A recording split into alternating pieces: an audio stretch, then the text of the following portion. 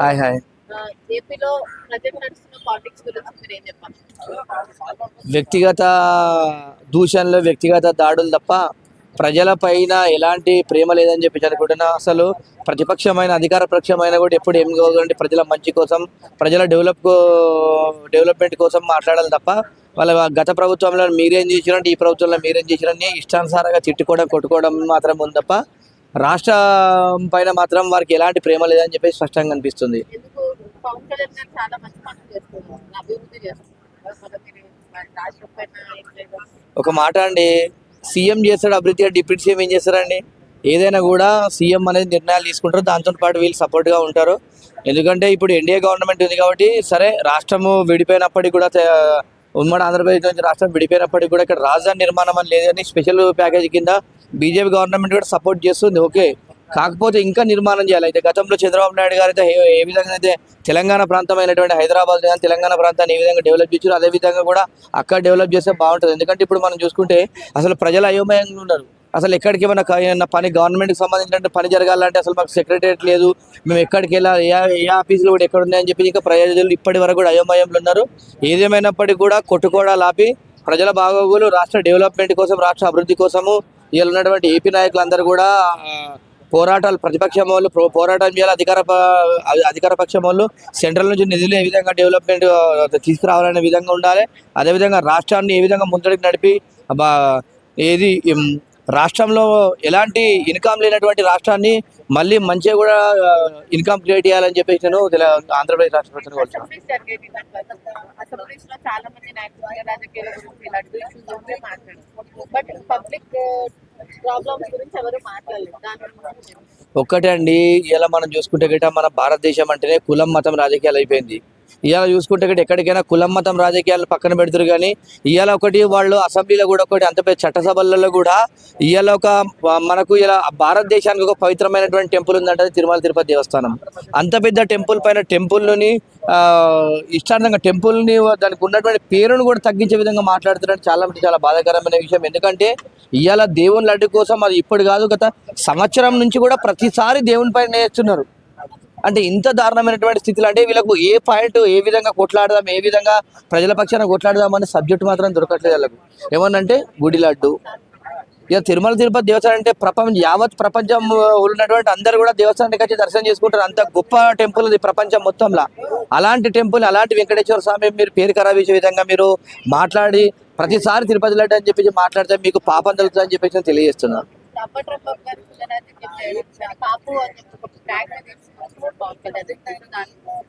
ఇలా ఒకటే అండి, ఇలా కుల రాజకీయాలు, కులం మతం మనకు అన్నం పెట్టదండి. ఇలా రాష్ట్రంలో ఉన్నటువంటి ప్రజలకు కానీ ఎవరికి కానీ రాష్ట్ర ప్రభుత్వాలకు కానీ పని చూపెట్టాలి, ఉద్యోగాలు చూపెట్టాలి తప్ప కులం మతం అని చెప్పేసి రాసుకుంటూ పోతే అడక్క తినే రోజులు వస్తాయి. కులం మతం కాదు, ప్రజలకైతే ఎవరైతే పేద ప్రజల కోసము ఏ ప్రభుత్వం కానీ ప్రతిపక్ష పార్టీ కానీ అందరూ కూడా పేద ప్రజల పక్షాన ఉంటారో వాళ్ళకి మాత్రమే రాబోయే మంచి భవిష్యత్తు ఉంటుంది తప్ప ఈ కులం అని. ఇప్పుడు ఇలా చూడండి, ఇంట్లో ఒక తండ్రి చెప్తేనే కొడుకుంటే లేడు, వీళ్ళు ఎవడో నాయకుడు వచ్చి చెప్తే గిట్ట మేము అందరం వినే స్థితిలో లేరని చెప్పేసి ప్రజలు కూడా గమనిస్తారు. అవన్నీ కుల రాజకీయాలంటే మానుకోవాలి. ఏదైనా కూడా రాష్ట్ర అభివృద్ధి, ప్రజల అభివృద్ధి, పేదవాడిని ఏ విధంగా గొప్ప చేయాలి, డెవలప్ చేయాలి, ఉద్యోగ అవకాశాలు ఏ విధంగా కల్పించాలనే విధంగా ఆ విధంగా చూడాలి తప్ప ఇలా రాష్ట్రం చూసుకుంటే గిట్ట రాష్ట్రంలో ఎలాంటి నిర్మాణం లేదు, రాష్ట్రం శూన్యం ఉంది, ఇన్కమ్ సోర్స్ లేదు. ఇన్కమ్ సోర్స్ తీసుకురావాలి, ఎంప్లాయ్మెంట్ డెవలప్మెంట్ చేయాలి, అవన్నీ విధాలుగా ఇన్ఫ్రాస్ట్రక్చర్ డెవలప్మెంట్ చేసే విధంగా చూడాలి తప్ప ఇలా ఇష్టానుసారంగా కుల రాజకీయాలు చేసే గిట్ట రాష్ట్రం మరీ దీనమైనటువంటి స్థితిలో ఉండిపోతుందని చెప్పి తెలియజేస్తున్నాను. ప్రస్తుతానికైతే ఏపీ అయితే సేఫ్ హ్యాండ్స్ లోనే ఉంది అనుకుంటున్నాను నేనైతే. సో ఇలాగైనా ఉంటే రాబోయే ఫ్యూచర్లో ఏపీ కూడా మంచిగా డెవలప్ అవుతుంది. ప్రస్తుతానికైతే సేఫ్ హ్యాండ్స్ లోనే ఉంది అనుకుంటున్నాను. అసెంబ్లీ సెక్షన్స్ దాంట్లో నాయకులు చాలా మంది చాలా మాట్లాడారు, దాని గురించి చాలా మంది చాలా మాట్లాడారు. కొంతమంది కుల రాజకీయాలు అంటున్నారు, ఏమేమంటున్నారు. కొంతమంది పవన్ కళ్యాణ్ గారికి కుల రాజకీయాలు అంటించాలి అని చూస్తున్నారు, అంటించి ఆయన బ్యాట్ చేయాలని చూస్తున్నారు. ఆయన గెలిచిన విధానం చూస్తే మీరు, ఆయన ఏ కులాన్ని అడ్డుపెట్టుకొని ఏ కులం సహాయం తీసుకొని గెలిచలేదు. కేవలం ఫ్యాన్స్ అది అని చెప్పి ఆయనకున్న ఇమేజ్ తోటి, ఆయనకున్న పలుకుబడితోటి అలా గెలిచారు. కానీ నా కులం వెనకాల ఉంది, నా వాళ్ళు గెలిపిస్తారు అనేసి ఎప్పుడైతే ఆయన అనలేదు ఎక్కడ, గెలిచింది కూడా ఆ విధంగా గెలవలేదు. సో ఆయన పైన ఇట్లా కుల రాజకీయాలు రుద్దడం అనేది చాలా తప్పు అనుకుంటున్నాను నేనైతే. ఓకే. అంటే ఇప్పుడు అంబటి రాంబాబు గారు కూడా కుల రాజకీయం చేస్తున్నారా పవన్ కళ్యాణ్ కాకుండా? మరి అంబటి రాంబాబు కూడా కాపు నాయకుల్ని కలిసి పవన్ కళ్యాణ్ క్యాంటీగా తీసుకెళ్ళాలని ప్రయత్నిస్తున్నారు. దాని గురించి ఫస్ట్ ఆఫ్ ఆల్ కుల రాజకీయాలు అనేది ఎక్కడ చెప్పకూడదు. కుల రాజకీయాలు అంటే ఒక కులాన్ని మాత్రమే వాళ్ళు ఎక్కడ పాలించట్లేదు కదా. మహా అంటే ఎంత ఉంటారు, 40% ఉంటారా మొత్తం ఎంచుకున్నా కానీ, మిగతా పర్సెంట్ వాళ్ళ ఓట్లు కావాలి కదా. సో ఒక పర్సన్ ఒక పొజిషన్లో ఉన్నాడు, అది ఎలాగో ఇలాగా అట్లా బ్యాట్ చేయాలి, బ్యాట్ చేసి చెప్పాలనేసి వాళ్ళు కుల రాజకీయాలు అవి ఇవన్నీ వస్తున్నారు. నేను చెప్తున్నాను కదా, పవన్ కళ్యాణ్ గారు గెలిచింది ఓన్లీ వాళ్ళ కులం వారి ఓట్లు తీసుకొని అనే కాదు. సో వాళ్ళ కులం వారు కూడా ఒకనొక పర్సన్ కూడా ఆయన మీద యాంటీ అయ్యారు. ఒక ప్లేస్లో యాంటీ అయ్యి ఆయనే వాళ్ళ కులం ఆయన కూడా యాంటీ అయ్యి చేశారు. సో ఆయన కులం మద్దతు ఉండి గెలిచారంటే అది ఎక్కడ లేదు. సో ఆయన పలుకుబడి ద్వారానే గెలిచారు. ఆయన కూడా ఎక్కడ కుల రాజకీయాలు చేయలేదు అని నేను అనుకుంటున్నాను. సో అలాంటి మాటలు మాట్లాడకుండా ఉండాలి. కుల రాజకీయాలు అనే పేరు ఎత్తుకున్నా అలాంటివి ఎవరి మీద రుద్దుకున్నా ఉంటే బాగుంటుంది. ఓకే. మరి అప్పటి పేర్ని నాని గారు కూడా ఒక కామెంట్ చేశాడు, మేము 11 మంది పవన్ కళ్యాణ్ గారు 11 మందిని కాదు 12,000 మందిని ప్రశ్నించినట్టు ప్రశ్నించాలి, మీరు 11 మంది ఉన్నా అని అన్నాడు. బట్ పేర్ని నాని దాన్ని తప్పుగా అర్థం చేసి వేరేగా స్ప్రెడ్ చేస్తున్నారు. సో పేర్ని నాని గారికి ఏమంటారు? చెప్తున్నాను కదా, వాళ్ళు మెజార్టీ ఇప్పుడు అసెంబ్లీకి రావడానికే భయపడుతున్నారు, అసెంబ్లీలో కూర్చోవడానికే భయపడుతున్నారు. సో ఏదో ఒకటి వాళ్ళు ఉన్నాము మేమున్నాము అని చెప్పుకోవడానికి, మేమున్నాము అని గుర్తించడానికి అనేసి ఏదో ఒకటి మాట్లాడుతున్నారు.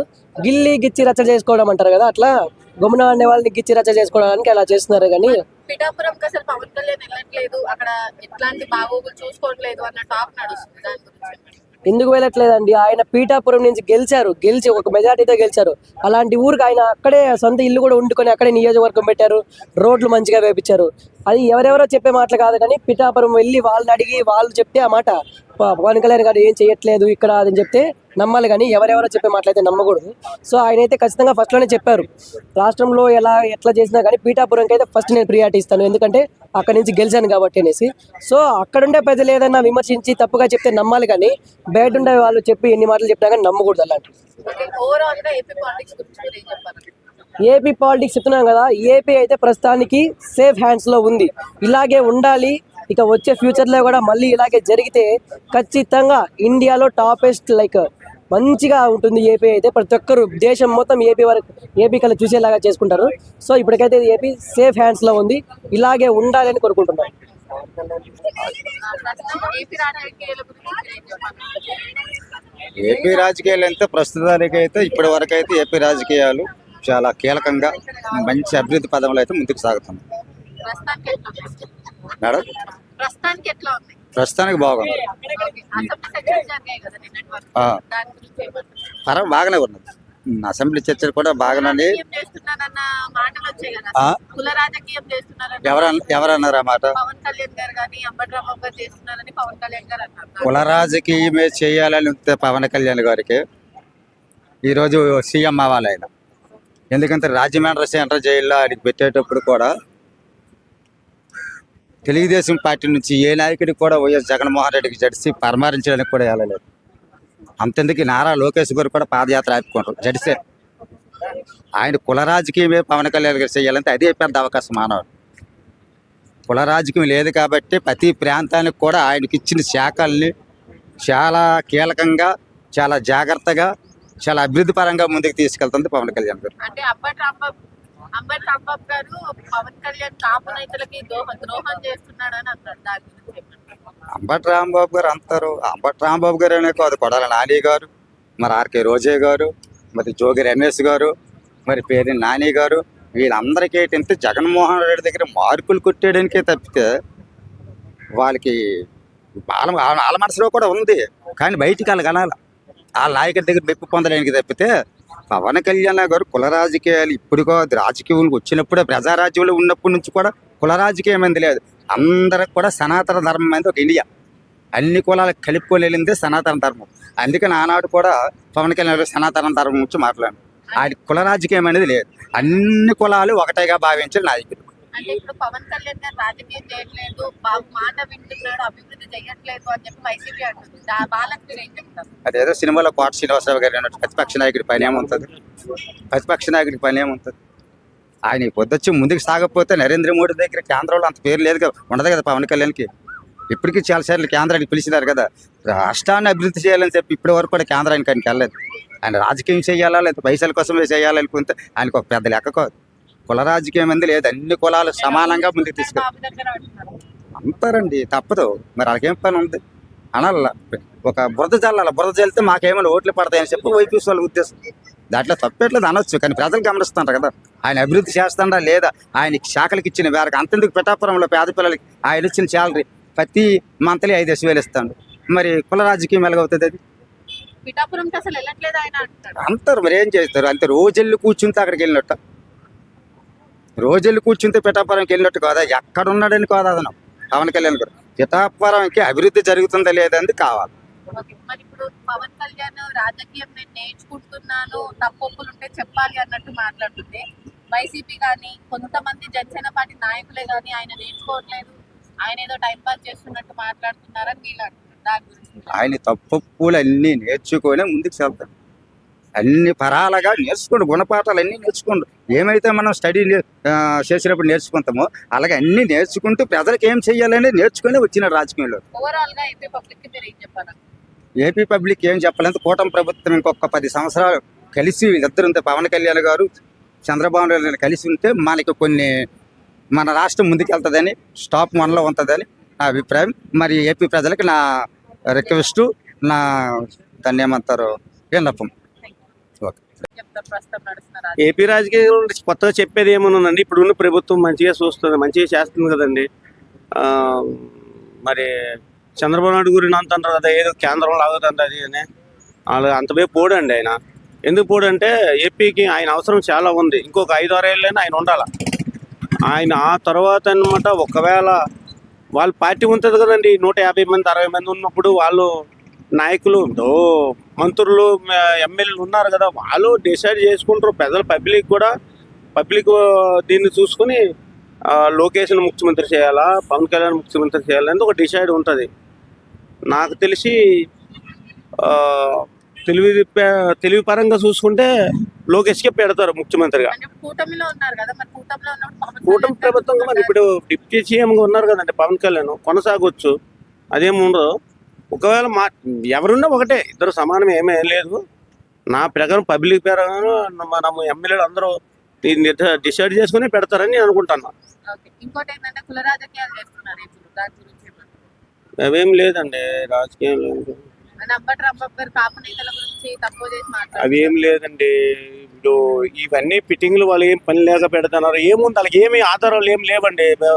అధికార పక్షం మీద ఏమైనా నిందలు వేయాలంటే ఏమి లేవు కదా, వీళ్ళు ఏమి ఇవ్వడం లేదు. అన్ని పథకాలు ఇస్తున్నారు, అన్నీ ఇస్తున్నారు, రోడ్లు బాగు చేస్తున్నారు, అమరావతి అయితేమి, పోలవరం అయితే అన్నీ మామూలు చూపిస్తున్నారు కదా. అంత గ్రౌండ్కి వెళ్ళిపోతున్నారు. మనకి ఇంకా జగన్మోహన్ రెడ్డికి ఇంకేరే ఆధారాలు ఏమి ఉండవు. ఎట్లా ఏం చేయాలని తెలియక ఇట్లా మధ్యలో దూరుతున్నారు, బురద తల్లుతున్నారు, అంతేగాని ఇంకేం లేదు. అలా చేసేది ఏం లేదు. ఓకే. అసెంబ్లీలో కులాల గురించి మాట్లాడుతున్నారు, పవన్ కళ్యాణ్ గారు కులాల గురించి మాట్లాడుతున్నారు. దాని గురించి పవన్ కళ్యాణ్ వ్యక్తిని మంచివారు ఎవరైతే వాళ్ళు నమ్మాడండి. పవన్ కళ్యాణ్ చంద్రబాబు నాయుడు మీద ఆయన నమ్మకం ఉన్నది. చంద్రబాబు నాయుడు వల్ల ప్రజలు బాగుపడతారు, ప్రజలు మేలు జరుగుతుందని ఆయన చంద్రబాబు నాయుడు నమ్మినాడు. ఎవరు? పవన్ కళ్యాణ్. ఆయనతో పాలైతే అవుతాడండి. ఇప్పుడు వీళ్ళు మాటలే జగన్ మాట వినాలా, జగన్తో పోలవాలా? చెప్పండి. ఇప్పుడు ఎవరైనా చెప్పండి, జగన్ మాటలు ఇంత అవుతుందా? పరిపాలన అవుతుందా? అవుతుంది కదా. కాబట్టి చంద్రబాబు నాయుడు మాట ఇంతాడు. ఈయన మాట ఆయన వినాలి, ఆయన మాట ఈయన వినాలి. చంద్రబాబు నాయుడు డబ్బులు తీసుకుంటున్నాడు అని అంటున్నారు. అవన్నీ ఏం పని లేని మాటలు అవన్నీ. కానీ పేర్ని నాని కూడా బయటకు వచ్చి ఈ రోజు 11 మందికి కాదు మేము 10,000 మందికి ఉన్నట్టు మాట్లాడారు. వీళ్ళు బయటకు వచ్చేసిన రోజు కాదండి. బయటకు వచ్చేంత ఇంకా మళ్ళీ వెళ్ళకంటూ ఉన్న పొజిషన్ లేడు కదా. బయటకు వచ్చేయడం కాదు, మళ్ళీ లోపలికి వెళ్ళే పొజిషన్ లేకంటే లేదు. ఎందుకంటే అందరూ ఇంచుమించు వాళ్ళ భయ్యాలు ఏంటంటే ఒక్కొక్కరిని ఇట్లా పెడుతున్నారు కదా. లాస్ట్కి 2028 వచ్చే లోపు వీళ్ళకి నాయకత్వాలు ఉంటాయో ఉండవు అనేది వాళ్ళకి భయం. వైసీపీ వాళ్ళు కొందరు ఉండరు, కొందరు ఉంటారు, కొందరు మారిపోతారు. ఇంకా పార్టీ నామరూపాలు ఉండవు. అది ఆల్రెడీ పార్టీ నుంచి చాలా మంది బయటకు వెళ్ళిపోయారు కదా. వెళ్ళిపోయారు. ఇంకెక్కడండి వెళ్ళిన 2 సంవత్సరాలు ఏం కావలేదు కదా, వెళ్ళిపోయారు అంటారు. ఇంకా మరి 2 సంవత్సరాలు మినిమం ఉండాలి. ఉన్నవాళ్ళు ఉండరు కదా. వాళ్ళకి భయం అండి, ఏం లేదు. పార్టీ లేదు, వైసీపీ పార్టీ లేదండి. కావాలంటే జగన్మోహన్ రెడ్డి ఏం చేయాలంటే ఏ కాంగ్రెస్లో అందులో వీలునామా చేసుకోవాలా, అంతవరకు ఉంటుందండి. అది మ్యాటర్. ఇంకా కూటమి ప్రభుత్వం మరి 10 ఏళ్ళ తర్వాత కూడా కూటమి ప్రభుత్వము మళ్ళీ జనసేన ప్రభుత్వాలు వీళ్ళు ఏమైనా తేడా వస్తే వీళ్ళ పార్టీలు మళ్ళీ ముందుకు సాగాలి కానీ వైసీపీ మళ్ళీ లేదండి, నామరూపాలు లేదండి. అది నామరూపాలు